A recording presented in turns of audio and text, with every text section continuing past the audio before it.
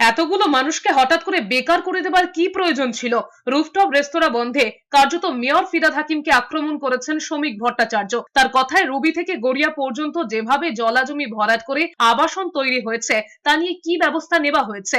কলকাতার পার্শ্ববর্তী অঞ্চলে বিভিন্ন মিউনিসিপাল এলাকায় সরু রাস্তার ওপর বিশাল বিশাল আবাসন তৈরির পারমিশন কিভাবে পায় তা নিয়ে প্রশ্ন তুলে শ্রমিক ভট্টাচার্যের বক্তব্য, সেখানে আগুন লাগলে দমকলের ক্ষমতা নেই আগুন নেভানোর। উনি এক কথায় ঘোষণা করে দিন সমস্ত রুফটপ কাফে বন্ধ হয়ে যাবে, আর এমনি পশ্চিমবঙ্গে তো কোনো ব্যবসা নেই। তো একটা ব্যবসা চলছিল, সেখানে কিছু মানুষের কর্মসংস্থান হচ্ছিল, এতগুলো মানুষকে বেকার করে দেওয়ার কি প্রয়োজন আছে? অন্যদিকে আগুন লাগানোর ঘটনার পর মুখ্যমন্ত্রীর ভূমিকা নিয়ে প্রশ্ন তুলেছেন অধীর চৌধুরী। তিনি বলেছেন, রাজ্যের মুখ্যমন্ত্রী কিছু হলি অজুহাত দেন, নগর উন্নয়নের কোনো পরিকল্পনাই নেই। আমরি থেকে বড় বাজার একের পর এক ঘটনা ঘটলেও মুখ্যমন্ত্রীর অজুহাত ছাড়া দেওয়ার কিচ্ছু নেই।